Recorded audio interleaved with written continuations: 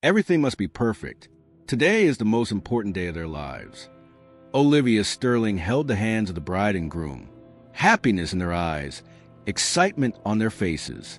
200 guests, a magnificent garden wedding, and every detail calculated to the millimeter. Olivia had been a wedding planner for 15 years.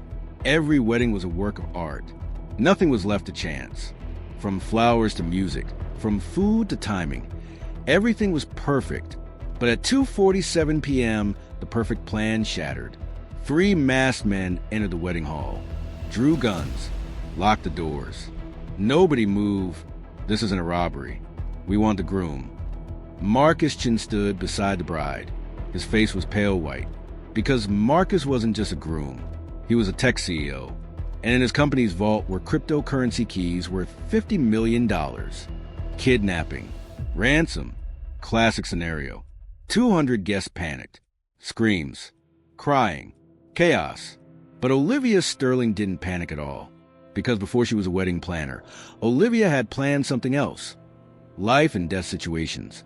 FBI hostage negotiator. 12 years of service. 89 hostages rescued. 0 deaths. Until the 90th case changed everything. Now, in the wedding hall, with 3 armed men, 200 hostages, and a kidnapped groom, Olivia's old skills would be tested. But wait, Olivia's story isn't just about a hostage rescue operation. This is a story about a woman escaping trauma, being forced to use her forgotten skills at the most dangerous moment, and preventing a perfect wedding from turning into a perfect disaster. If you love discovering the extraordinary paths of ordinary people, don't forget to subscribe right now. Hit that like button and tell us in the comments where you're watching from. Now, let's dive into Olivia's real story. Olivia Sterling was 43 years old. Her blonde hair always neat, her suits always flawless, her smile always genuine. Her clients trusted her because Olivia never made mistakes.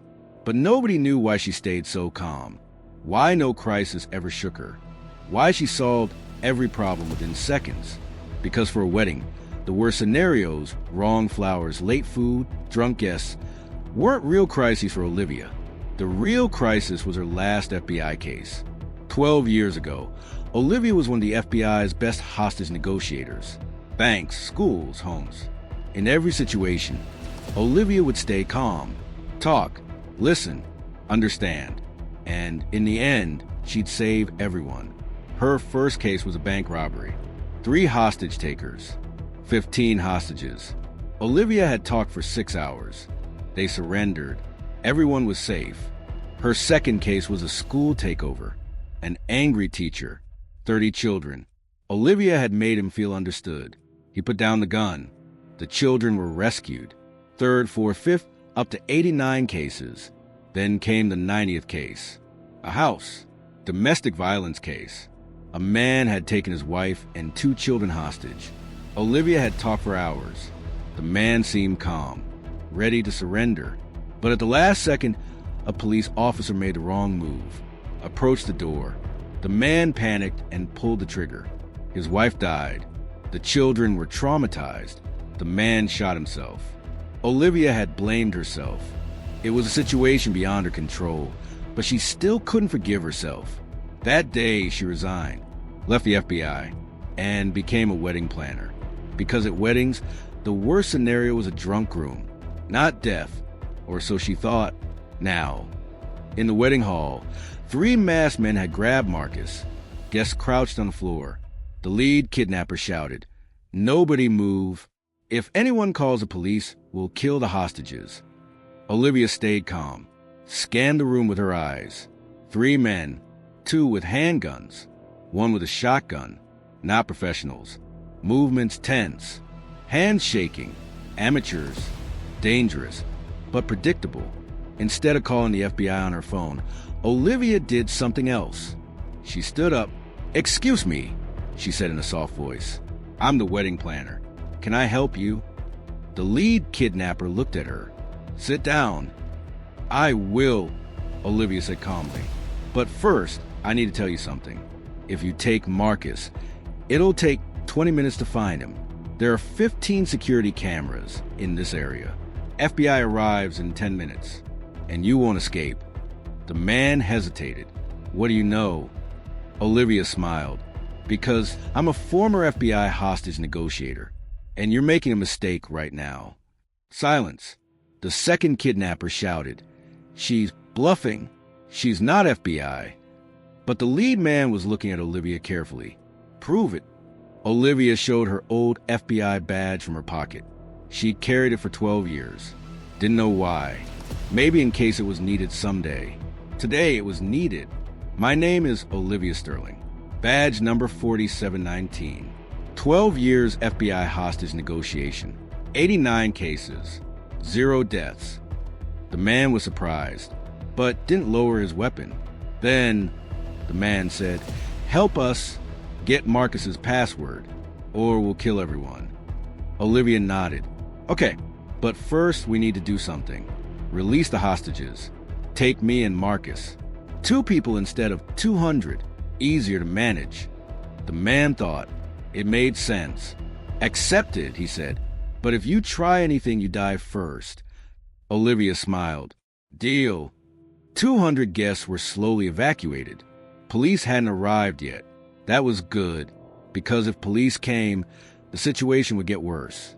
Now only Olivia, Marcus, and 3 kidnappers remained. Olivia sat beside Marcus, whispered, "Stay calm. I'll save you." Marcus asked, trembling, "How?" Olivia smiled. "With time. In every hostage situation, time is a negotiator's best friend. The longer I talk, the more tired they get, the more mistakes they make." The lead man approached.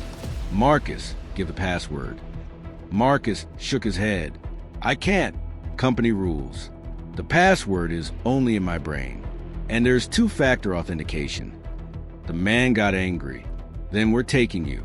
Go into the company and you'll unlock it there." Olivia intervened. "Wait.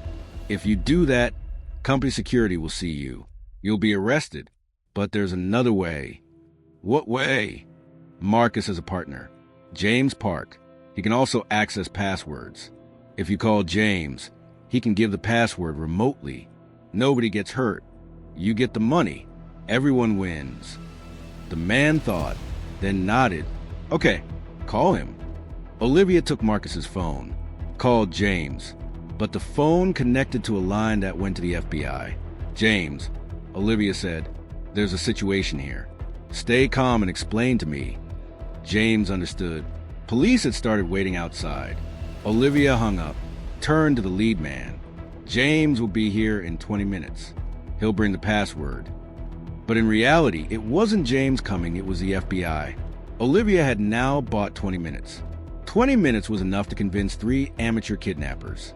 "What's your name?" Olivia asked the lead man. "Why do you care?" "Because," Olivia said, "if I'm talking with someone, I like to know their name. I'm Olivia." "You?" The man hesitated, then answered, "David." "Okay, David, why are you doing this?" David answered angrily, "Because Marcus's company stole my father's retirement fund. My father committed suicide. Marcus got rich. Is that justice?" Olivia nodded. "No, it's not fair, and I'm sorry for what happened to your father. But by doing this, you can't bring him back." "Maybe, but I can get revenge." "Revenge will put you in prison, or in a grave, but it won't honor your father's memory." David fell silent. Olivia continued, "Look, you're not a bad person. You're just a person in pain. But right now, you're making the wrong decision. If you put down these guns, you can hire a lawyer. You can sue Marcus's company. You can seek justice legally." David shook his head. "No lawyer can win against the rich." "They can," Olivia said, "if you have evidence, and I'm sure you do. But if you kill someone today, you'll lose the whole case, because you'll be the criminal." David's eyes teared up. I just want revenge for my father." "I know," Olivia said softly, "but the best revenge is winning. In court, not in prison." 20 minutes had passed. FBI was positioned outside the building, but they hadn't entered, because Olivia had sent them a wait message. David finally lowered his gun. "Okay," he said, "but if Marcus faces me, I'll tell him what they did." Tell him, Olivia said, and I'll be there with you. I'll find you a lawyer. I'll help you in the case. David looked at his friends. They also lowered their guns. We surrender, David said. FBI entered. David and his crew were arrested, but nobody was hurt. Nobody died. Marcus hugged Olivia. You saved me. How can I thank you? Olivia smiled. Investigate what your company did. And if David's father was really defrauded, fix it. Marcus nodded. I will. I promise. 2 weeks later, the wedding was redone. This time, there were no kidnappers.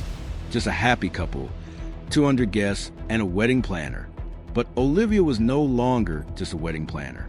The FBI had offered her to come back. We missed you, Olivia, the director had said. There's nobody like you. Olivia had thought for a long time.